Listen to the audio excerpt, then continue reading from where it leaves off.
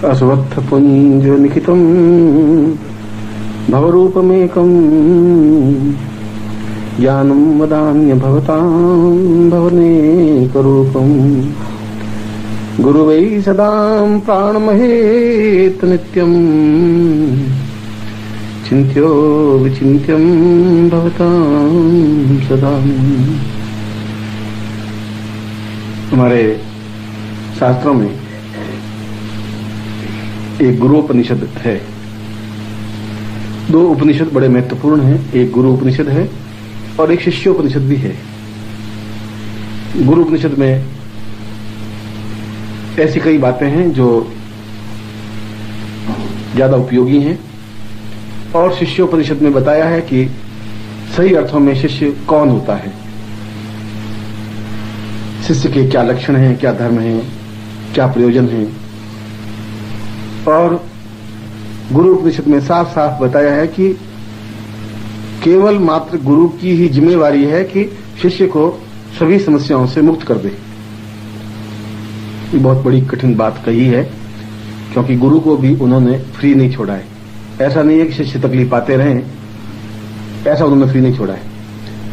गुरु ने साफ बताया कि गुरु का यह कर्तव्य है कि शिष्य को सभी तकलीफों से मुक्त करे, उनकी कोई समस्या नहीं रहे।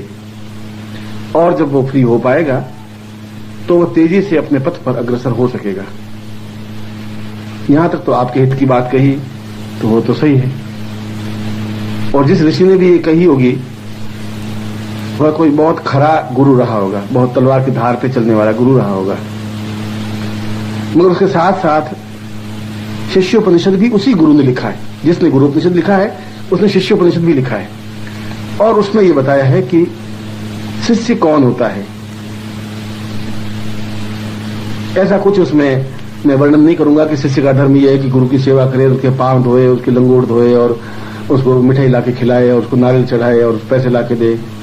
मैं इन चर्चाओं में नहीं पढ़ना चाहता हूं। ये तो उन गुरुओं के लिए छोड़ देता हूं जिनके पास कुछ है नहीं, इसलिए वो शिष्यों को ऐसा उपदेश दे सकते हैं। ऐसे उपदेश हरिद्वार मथुरा रहने वाले जो और भी कई गुरु हैं उनके लिए भी कुछ चीजें मुझे छोड़ देनी चाहिए, उनके लिए मैं छोड़ रहा हूं। जो ये प्रवचन देंगे तुम्हें कि बच्चा मेरे एक मंदिर बनाना है, तुम 500 रुपए मुझे जमा कराओ, 1000 रुपए जमा कराओ और वस्त्र दे दो और मिठाई दे दो, खाना पीना दे दो, वो उनके लिए। इसके अलावा भी कई पॉइंट ऐसे हैं जो शिष्य को समझने चाहिए। इसीलिए गुरु और शिष्य का संबंध वैसा ही बताया है जैसा प्रेमी और प्रेमिका का संबंध होता है। कबीर ने अपने एक दोहे में एक जगह लिखा है कि मैं तो राम की बहुरिया, राम ही मेरो पति होई।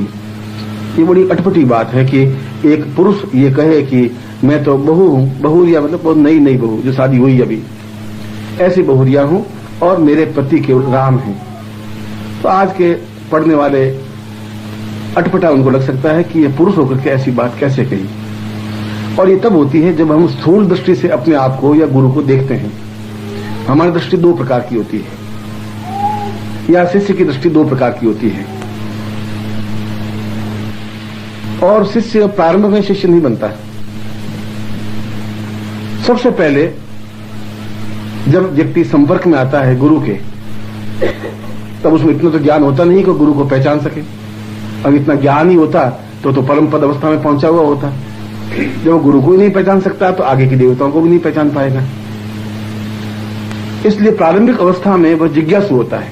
जो प्रारंभ में दीक्षा दे रहा हूं आपको, वह दीक्षा जिज्ञासु दीक्षा है।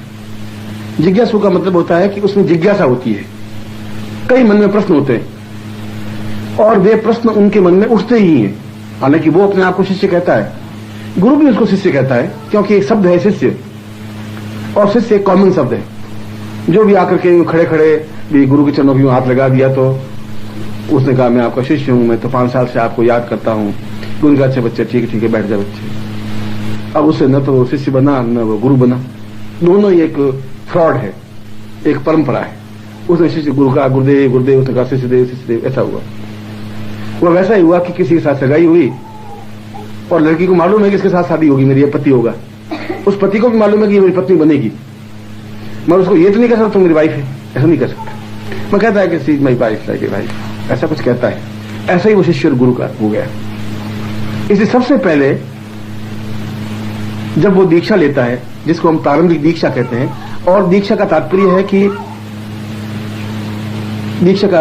है कि मैं उसको दक्ष करता हूं कि अभी तक ये कौओं की जमात में था, बगुलों की जमात में था। और बगुले की जमात ऐसी होती है, आपने बगुले देखे नहीं है शायद, कभी आप तालाब के किनारे या झील के किनारे जाके बगुलों को देखें, एक पांव पे खड़े होते हैं उस पानी के बीच में 2 घंटे, 3 घंटे, 4 घंटे, 5 घंटे, हिलते ही नहीं। आप कंकर से फेंको तो हिलेंगे नहीं, आप आवाज करो तो हिलते नहीं, एक पांव पे बिल्कुल खड़े रहेंगे और नजर भी इधर उधर नहीं करते, सीधे पानी के अंदर नजर रहती है और जो ही मछली आती है सीधी पकड़ लेते और कुछ उसका काम नहीं होता उनके लिए। इसलिए उनको बगुला भगत का है। बगुला भगत का मतलब है कि बस बिल्कुल एक पांव पे खड़े होकर के बस हे मछली दे, हे मछली दे, हे मछली दे, जो आई पकड़ ली। सूर्यवंशी से भी ऐसे ही होते हैं कि बस अब गुरु जी के चरणों को छू लिया, अब मेरे घर में बच्चे होने चाहिए, वो गुरु जी की कृपा से होने चाहिए, पैसा आया है गुरु जी की कृपा से, गुरु जी मेरे व्यापार नहीं चल रहा है वो भी आप चलाइए, मैं लखपति बनना चाहता हूँ वो भी आप लखपति बनाइए, मेरे बच्चे नहीं हो रहे हैं वो बच्चे भी मेरे होने चाहिए, घर में लड़ाई झगड़ा हो रहा है पति पत्नी बीच वो भी आप दूर कर दीजिए, मैं करोड़पति बनना चाहता हूँ वो सब आप ही करेंगे गुरु जी, मैं कुछ नहीं करूंगा। क्यों? मेरे से बन गए, 300 रुपया आपको दे दिया, खत्म हो गया, मेरा खेल तो खत्म हो गया। अब आप खुद कल्पना करिए कि गुरु की हालत क्या होती है, तुम, क्योंकि वो तो उम्मीद ऐसी लेके चलता है और ये सारी उम्मीदें गुरु संभव नहीं हो सकती। मैं क्या, भगवान कृष्ण भी आके बैठ जाए तब भी नहीं कर सकता। उनको शायद 10,000 जन्म देने पड़े आपकी इन सारी समस्याओं को मुक्त होने के लिए। पहले तो इतनी समस्या थी नहीं, अब आपके पास समस्याओं का अलावा कुछ है नहीं, 100 समस्याएं हैं आपकी। इसलिए प्रारंभ में वो जब आता है, वो शिष्य उपनिषद की बात कह रहा हूं मैं, तो जिज्ञासु होता है, उसमें जिज्ञासा होती है कि गुरु क्या होता है, शिष्य क्या होता है, ये गुरु हैं भी कि नहीं है, ये गुरु मेरा कैसा कल्याण कर सकेंगे। चलो एक बार टेस्ट कर लेते हैं, गुरुदेव मेरा व्यापार नहीं चल रहा है तो आप मेरा व्यापार बढ़ा के देखिए। तो गुरु ऐसा नहीं, कर्म फूटे तेरे, मैं तो व्यापार नहीं बढ़ाऊंगा, ऐसा तो कह नहीं सकता। ऐसा कैसे कहेगा? क्यों? चरण छुए या 5 रुपए रखें, चलो अच्छे आशीर्वाद है, सब ठीक हो जाएगा, ऐसे ही कहेगा गुरु। माँ बाप को तुम आशीर्वाद मांगो, माँ बाप भी ऐसा कहेंगे, चलते बच्चे ठीक हो जाएंगे। अब उसके बाद महीने भर फिर रहता है, तो आपने कहा व्यापार में दुगना हो जाएगा, हुआ ही नहीं, वैसा वैसा। तो मैंने तुम्हें कब कहा था दुगना हो जाएगा? मैं तुम्हें गाली भी नहीं दे सकता था, मगर तुम्हारे मेरे बीच में कोई संपर्क भी नहीं बना। तुम चरण छूकर मैं आशीर्वाद दूंगा।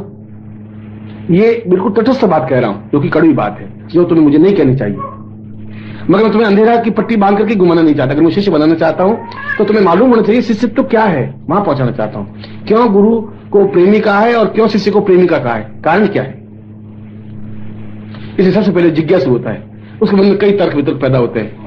ये मंत्र है भी कि नहीं, इस पत्रिका में लिखे हुए ये सब सही भी है कि नहीं, होता भी है कि नहीं, आज तो हमने देखा नहीं गुरु जी, ये देखो 600 रुपये लक्ष्मी मंत्र की मतलब 100 माला तो फेर ली, हुआ तो कुछ नहीं गुरु जी, लक्ष्मी सामने आई नहीं। उसके तो ये जो माला फेरी कंप्लीट हुई, वो हीरो के हार भर करके थाल लेकर के आवे, सब बच्चे क्या कर रहा है, तू माला मत फेर, बंद मत कर, बस ये ले ही रहे, खत्म कर खेल, मुझे दुख मत दे। वो तो ऐसा सोच रही लक्ष्मी, ऐसी लक्ष्मी आती नहीं। तब उसका संदेह और बढ़ जाता है कि मंत्र गलत है। मंत्र कोई गलत नहीं है, ना देवता गलत है, तुम्हारी जिज्ञासा है और जिज्ञासा क्लियर नहीं हुई है। अभी तक तुम प्रारंभिक स्टेज में हो, इसलिए तुम शिष्य कह रहे हो, मगर वो प्रारंभिक स्टेज है तुम्हारी, तुम्हारे मन में तर्क वितर्क है। जिज्ञासा के बाद में दूसरा शब्द अगली स्टेज जब आती है, जब उसकी जिज्ञासाएं बढ़ती हैं, तो गुरु के पास आता है, तो गुरु उसको समझाने की कोशिश करता है, मगर उसको समझ में आती नहीं, क्योंकि उसका तो एक ध्येय है कि मेरे जीवन में ये सब घटनाएं घटनी चाहिए। उसका ध्येय कुछ नहीं, लक्ष्मी साधना करने का नहीं है, उसका ये भी ध्यान नहीं कि गुरुजी मेरे हृदय में बैठे, ऐसा कुछ ध्यान नहीं है।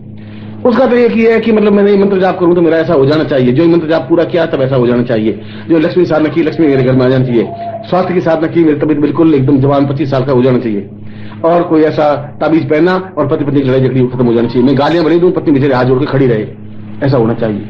अब 1993 में तो ऐसा होगा नहीं, पत्नी भी तुम के सामने खड़ी होगी, जब तुम खड़े होंगे तो वो बेचारी खड़ी होगी सामने। अब वो तो है नहीं कि आज से 100 साल पहले वो पतिव्रता कर नीचे की हुई खड़ी रहे, यहाँ पतिदेव आप चाहे शराब पियो चाहे कुछ भी करो, मैं तो पतिव्रता हूं, मैं बोलूंगी नहीं। अब वो जमाना नहीं रहा, हकीकत ये है, प्रैक्टिकल चीज ये है। इसलिए दूसरी स्थिति जब आदमी बनती है, तब उसमें चैतन्य भाव बनता है।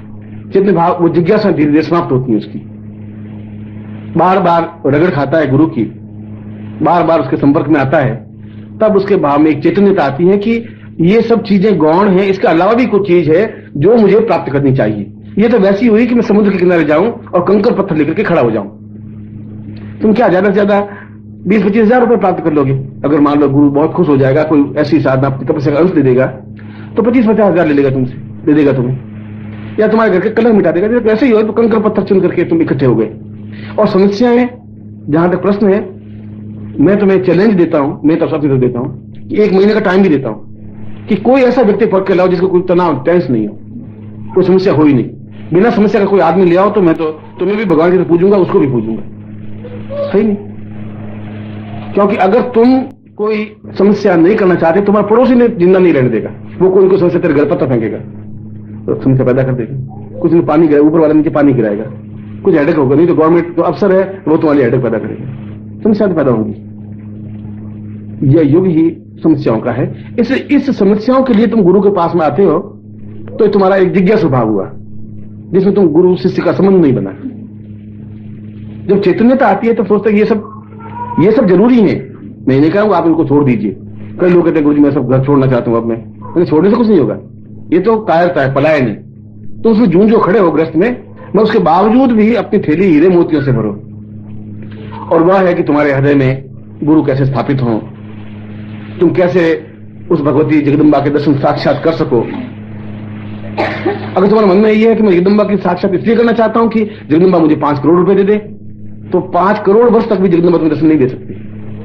तुम साधना क्या वाली कितनी साधना करो, जब तुम निस्वार्थ भाव से कुछ कार्य करोगे तब कुछ प्राप्त हो पाएगा। तुम्हारा स्वार्थ रहित चिंतन होना चाहिए इस फील्ड में। स्वार्थ अपनी जगह है, रोटी अपनी जगह है, कपड़ा अपनी जगह है। रोटी की जगह तुम कपड़ा नहीं खा सकते, कपड़े की जगह रोटी नहीं पहन सकते। इसलिए अपने गृहस्थ की समस्या अपनी जगह है। इन साधनाओं में बढ़ने की स्थिति अपने आप में अलग है, दोनों को आप मिक्स मत करिए, दोनों अलग अलग चीजें हैं। वह भी जीवन में जरूरी है और ये भी जीवन में जरूरी है। और तुम कहो कि गुरु जी ये जब समस्या मिटेंगी नहीं, जब समस्या मिट जाएंगी तो मैं साधना कर लूंगा। तो मैं तुम्हें कहा कि तुम तो महीना भर क्या 5 साल दे देता हूं तुम्हें, कोई बिना समस्या को आदमी लिया ना मेरे पास, समस्या तो रहेंगी। पहले समस्या ये रहेगी शादी नहीं हो रही है, शादी नहीं हो रही है, शादी हो जाएगी तो पत्नी खुश नहीं है, पत्नी खुश नहीं है, पत्नी खुश होगी तो माँ कहेगी कि मेरा पोता होना चाहिए, पोता होना चाहिए, पोता हो जाएगा तो पोता बीमार हो गया, बीमार हो गया। अब बता समस्या तुम खुद पैदा की। अब गुरु जी मतलब ये समस्या पहले 1 से 4 हो गई गुरु जी, तो ये सब मैं तो तुम्हें दी नहीं समस्याएं, तुमने पैदा की। अब वो लड़का बड़ा हो गया, अब उसकी शादी की चिंता, शादी हो गई तो लड़की अच्छी नहीं मिली, फिर दहेज की चिंता। ये मतलब ये लड़का मेरा BA पास करवाया, ये साला 500 रुपए दे रहा है, इससे क्या होगा। समस्या तुम खुद पैदा कर रहे हो, मैंने तो तुम्हें समस्या दी नहीं है। उन समस्याओं को पैदा करके मेरे पास तुम आ जाते हो कि गुरु जी अब मैं क्या करूं, मैं क्या कर सकता हूँ तुम्हारा। गुरु जी मैं लड़का भी हो रहा है, आप कुछ करिए, तो मैं कैसे कर सकता हूँ। तुम खुद करो अपने लड़के के लिए, मैं तुम्हें क्या के लिए, मैं ये काम भी मेरा तो है नहीं कि गुरु जी मेरे लड़के के लिए अब आप भी प्रयत्न करिए। ऐसी स्थिति मत करिए। उन दोनों को अब समझिए, जिज्ञासु भाव से आगे बढ़िए कि ये एक मेरा जीवन की समस्या एक तथ्य है, इनको भी मुझे मिटाना है, मगर मुझे उस रास्ते पर बढ़ना है जहां जीवन की उन्नति का रास्ता है, जहां कुंडलिनी जागरण का रास्ता है, जहां सहस्रार जागरण का रास्ता है, जहां भगवती जगदम्बा के दर्शन का रास्ता है, जहां गुरु को अपने अंदर स्थापित करने का रास्ता है, जहां अपने आप में मोक्ष प्राप्ति की स्थिति का रास्ता है, जहां सिद्धांत समझाने का रास्ता है। दोनों अलग अलग बात है। उसके साथ साथ इस रास्ते पर भी तुम्हें बढ़ना चाहिए। इस रास्ते पर बढ़ने के लिए तुम्हें 3 स्थितियां आएगी।